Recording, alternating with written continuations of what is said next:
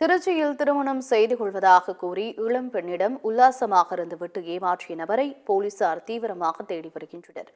திருச்சியில் உள்ள தனியார் நிறுவனத்தில் பணிபுரிந்து வரும் இளம் பெண்ணிடம் ஸ்ரீ பொன்னையன் என்பவர் இன்ஸ்டாகிராமில் பழகி காதலித்து வந்துள்ளார்.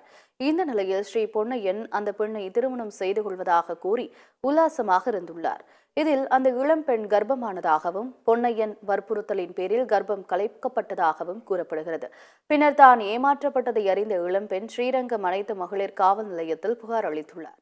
இதன் பேரில் போலீசார் வழக்கு பதிவு செய்து குற்றவாளியை தேடி வருகின்றனர். ஸ்ரீ பொன்னையன் மீது BNS சட்டத்தின் கீழ் வழக்கு பதிவு செய்ய வேண்டும் என்று இளம்பெண் தரப்பில் வலியுறுத்தப்பட்டது. கமிஷனர் மேடம் கிட்ட நான் வந்து பெட்டிஷனை கொடுத்து அவங்க கிட்ட கேட்டதுக்கு ஸ்ரீரங்கம்க்கு எனக்கு மாற்றி கொடுத்தாங்க.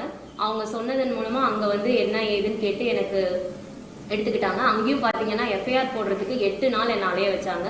திரும்ப நான் கமிஷனர் மேடம் கிட்ட சொல்லி பெட்டிஷன் கொடுத்து எல்லாம் பண்ணதுக்கப்புறம் மேடம் சொன்னதுக்கு அப்புறம் தான் FIR போட்டாங்க, எல்லாம் பண்ணாங்க. இவங்களுக்கு என்ன தேதியில இந்த புகார் சம்பந்தமாக நடவடிக்கை எடுக்க தேவைப்பட்டதோ அந்த தேதியில் எந்த சட்டம் ப்ரிவலண்டா இருந்ததோ அந்த சட்டத்தின் கீழே தான் இதில் வழக்கு பதியணும். அப்படி பார்த்தா பிரிவு 69 BNS பாரதிய சங்கீத நாயக்காவில் கேஸ் ஃபைல் பண்ணணும் BNSல.